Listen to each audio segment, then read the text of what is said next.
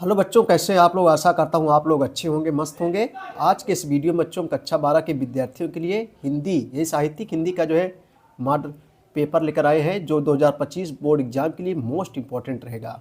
बच्चों ऐसे ही जो है 24 फरवरी 2025 को जो है पेपर आएगा, एकदम सेम ऐसे ही बच्चों। तो देखो, यहाँ अनुक्रम आपको लिखना है, उसके बाद यहाँ बच्चे के नाम लिखना है, अपना नाम, अनुक्रमांक, मुद्रित पृष्ठों की संख्या लिखा रहेगा। उसके बाद संकेतांक रहेगा 300, कुछ भी अपना रहेगा। पूर्णांक बच्चों जो रहेगा 100 नंबर का। और उसके बाद में समय 3 घंटे 15 मिनट मिलेंगे आपको। और उसके बाद बच्चों नोट में क्या रहेगा, प्रारंभ के 15 मिनट परीक्षार्थियों को प्रश्न पत्र पढ़ने के निर्धारित है। 15 मिनट पहले परीक्षार्थियों को प्रश्न पत्र पढ़ने के निर्धारित रहेगा। इस प्रश्न पत्र में बच्चों 2 खंड है, दोनों खंडों के सभी प्रश्नों के उत्तर देना अनिवार्य है। ऐसे ही पेपर एकदम सेम टू सेम आएगा। चलिए अब हम लोग बहुविकल्पी प्रश्नों को देखेंगे जो 1-1 नंबर का रहेगा। देखो बच्चों, खंड का से सबसे पहले बहुविकल्पी प्रश्न रहेगा जो 1-1 नंबर का रहेगा। पहला प्रश्न है कि जो है आदिकाल का नाम वीरगाथा काल किस इतिहासकार ने रखा। आदिकाल का नाम वीरगाथा काल किस इतिहासकार ने रखा। तो बच्चों सही जवाब हो जाएगा आचार्य रामचंद्र शुक्ल ने। किसने बच्चों? आचार्य रामचंद्र शुक्ल ने। सही जवाब ए हो जाएगा। अगला क्वेश्चन है कि खलिक बारी के रचयिता है। खलिक बारी के रचयिता दोस्तों जो है कौन है? तो खलिक बारी के रचयिता बच्चों जो है अमीर खुसरो है। कौन है? अमीर खुसरो। अगला क्वेश्चन है निम्नलिखित में से कौन अपनी व्यंग्य रचनाओं के लिए प्रसिद्ध है। निम्नलिखित में से कौन अपनी व्यंग्य रचनाओं के लिए प्रसिद्ध है। 4 ऑप्शन दिए गए। सही जवाब जो है क्या हो जाएगा बच्चों?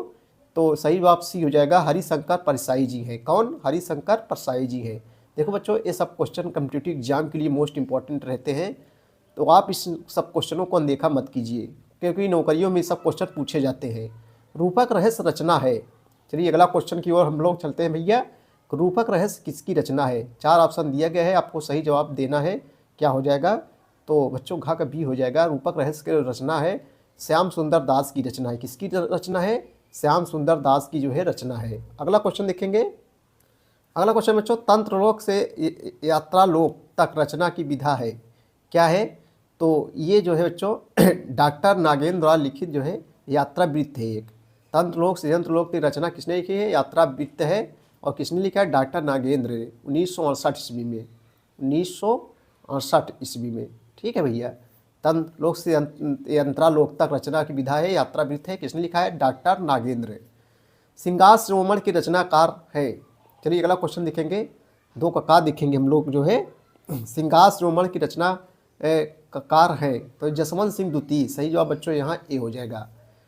अगला क्वेश्चन बच्चों कि सोमनाथ की रचना है। सोमनाथ की रचना है, जिसमें सही जवाब सी हो जाएगा रस पीयूष निधि। सही जवाब सी हो जाएगा।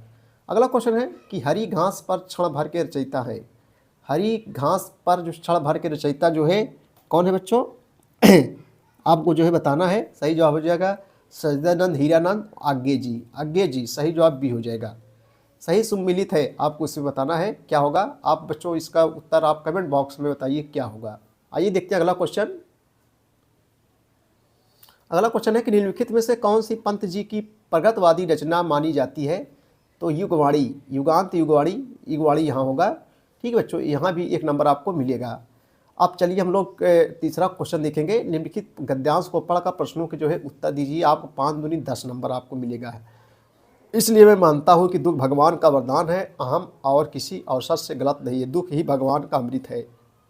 वह क्षण सचमुच ही भाग्योदय हो जाता है। अगर हमें उसमें भगवान की कृपा को पहचान लें तो उस क्षण से यह सरल होता है कि हम अपने से मुड़े भाग्य के सम्मुख हों। बस इस सम्मुखता की देर है कि भाग्योदय हुआ रखा हुआ असल में जो है क्या है बच्चों? असल में उदय उसका क्या होना, उसका आलोक तो कण कण में जो है व्याप सदा सर्वदा है।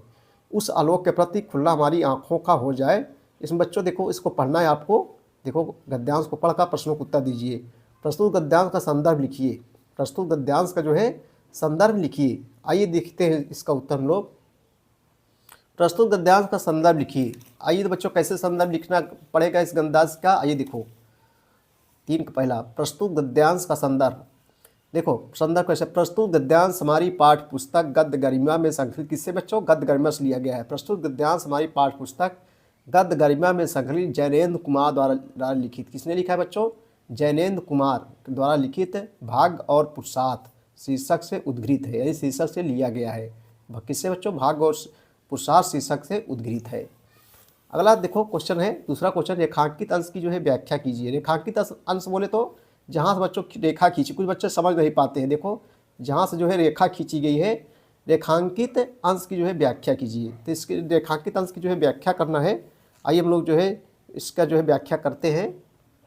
रेखांकित अंश की व्याख्या करना है। देखो लेखक कहता है कि मैं मानता हूँ कि दुख भगवान के जो है वरदान के समान है।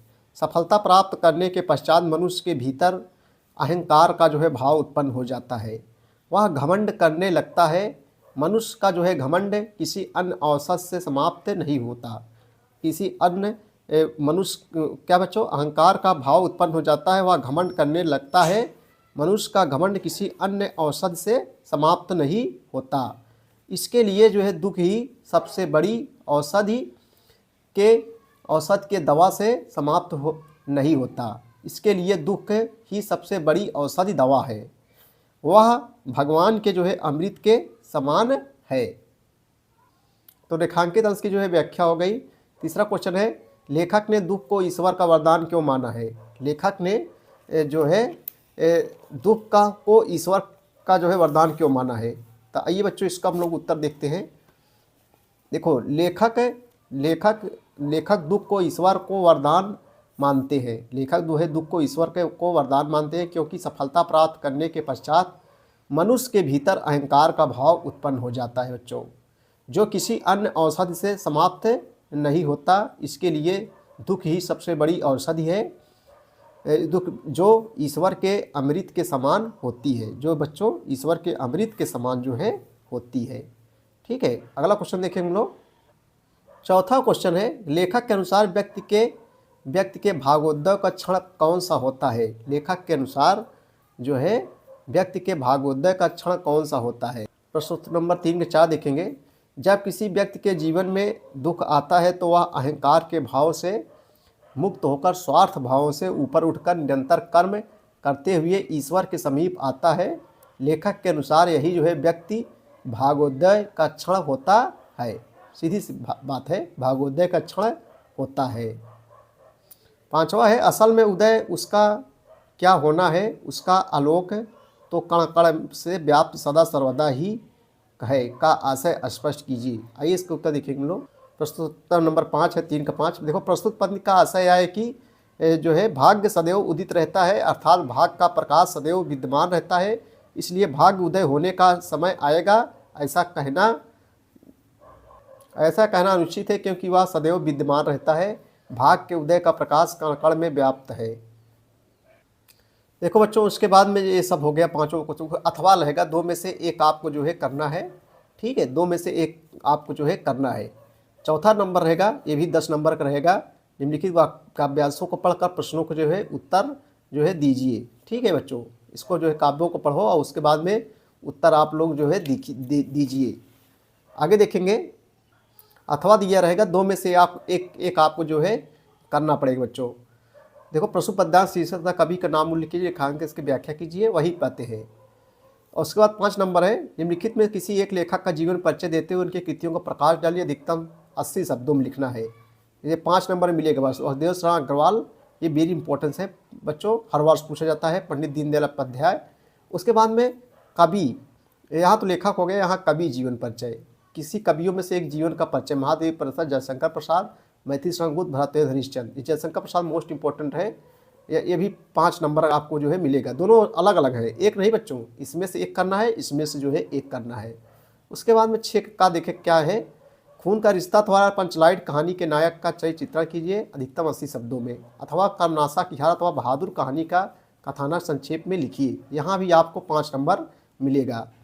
7 नंबर है, निम्नलिखित खंडकाव्यों में किसी स्वपठित खंडकाव्य के आधार पर किसी एक प्रश्न का उत्तर दीजिए। स्वपठित मतलब जो बच्चों आपके यहाँ चलता है। देखो कभी कभी दूसरे जिलों में चलता है, तो प्रयागराज में जैसे अग्नि पूजा वगैरह कुछ चलता है। देखो बच्चों इसमें से एक आपको करना पड़ेगा जो आपके यहाँ खंडकाव्य आलोक वृत्त प्रयागराज में आलोक वृत्त चलता है, जो आपके यहाँ बच्चों पढ़ाया जाता है वो आप लिखिए। आपने इस टीचर से जो है पूछ लीजिए, बताएंगे जो है। ठीक है, देखो अथवा अथवा गए, आलोक वृत्त प्रयागराज में चलता है। सारांश अपने शब्दों में आलोक वृत्त खंड का पीड़ित मानवता के सत्य एवं अहिंसा का संदेश देता है। इस कथन की विवेचना कीजिए। खंड खास क्या रहेगा बच्चों? देखो खंड खास एक, अभी खंड का की बात हुई। निम्नलिखित संस्कृत गद्यांश किसी एक का संदर्भ सहित हिंदी में जो है अनुवाद कीजिए। 7 नंबर आपको जो है मिलेगा। तो इसमें संदर्भ सहित अथवा 2 में से एक आपको करना पड़ेगा, चाहे इसको करिए चाहे इसको, ठीक है। 2 में से बच्चों एक आपको करना पड़ेगा। उसके बाद में है देखो वही उत्तर 7 नंबर आपको जो है मिलेंगे। वही बातें हैं, 2 में से एक करना पड़ेगा आपको, चाहे इसको कीजिए और चाहे जो है इसको कीजिए। आगे देखेंगे 9 नंबर क्या है? निम्नलिखित प्रश्नों में किसी 2 के उत्तर संस्कृत में दीजिए, आपको 4 नंबर मिलेगा।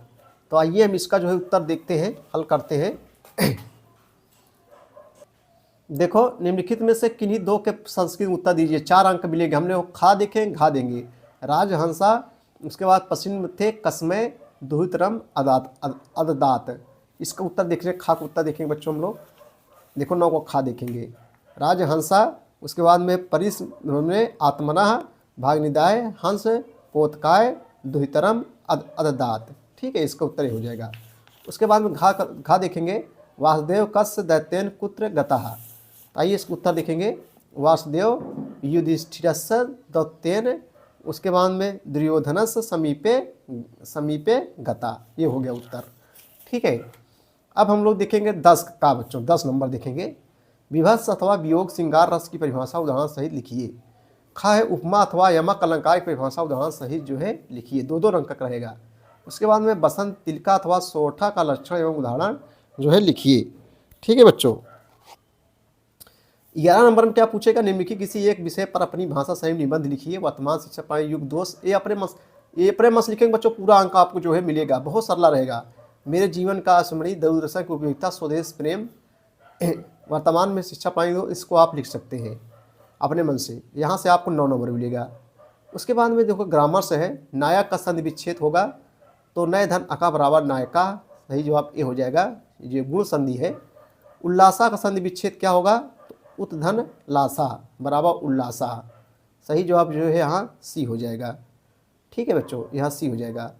रामाग्रता का संधि विच्छेद क्या हो जाएगा? राम धन आग्रता, सही जवाब यहाँ डी हो जाएगा। निम्नलिखित में किसी एक का जो है विग्रह करके समास का जो है नाम लिखिए। देखो विग्रह कर, निम्नलिखित किसी एक का विग्रह करके समास का जो है नाम लिखना है। जैसे बच्चों है मान लीजिए आजीवन यानी जीवन भर, अव्ययी भाव समास है। इसमें कौन समास है? अव्ययी भाव समास। कह रहा है कि निम्नलिखित किसी एक का विग्रह करके समास का नाम लिखिए। आजीवनम यानी जीवन भर, ये अव्ययी भाव समास है बच्चों। 13 नंबर है।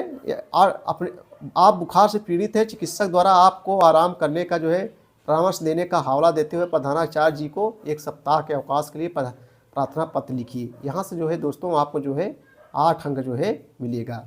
अथवा अपने जन्मदिन पर आयोजित कार्यक्रम में किसी संगीतकार को बुलवाने का जो है आग्रह करते हुए बड़े भाई को जो है पत्र लिखिए। 8 नंबर आपको मिलेगा। 14 नंबर में क्या पूछा है? निम्नलिखित किसी एक शब्द का धातु एवं प्रत्यय का योग स्पष्ट कीजिए बच्चों। तो आइए इसको हम देखते हैं। कह रहा है निम्नलिखित किसी एक शब्द का धातु एवं प्रत्यय का योग स्पष्ट कीजिए।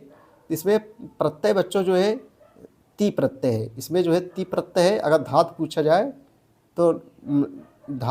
तो मति धातु है। मति धातु पूछेगा मति धातु, प्रत्यय पूछेगा ती, बुद्धिमती, ती प्रत्यय है, ठीक है भैया। प्रत्यय माने पीछे होता है, उपसर्ग माने आगे, जो पीछे लगता है उसे प्रत्यय बोलते हैं। निम्नलिखित में किसी एक शब्द का प्रत्यय लिखिए। श्रीमती, इसमें मति प्रत्यय है। श्रीमती किसी एक शब्द का प्रत्यय मति हो गया। उसके बाद में है रेखांकित पदों में किसी एक पद में प्रयुक्त विभक्ति तथा जो है संबंधी नियम का उल्लेख कीजिए। तो नम्रता विद्यालय प्रति यति, इसमें जो है क्या बच्चों? द्वितीय विभक्ति है। कौन सी विभक्ति?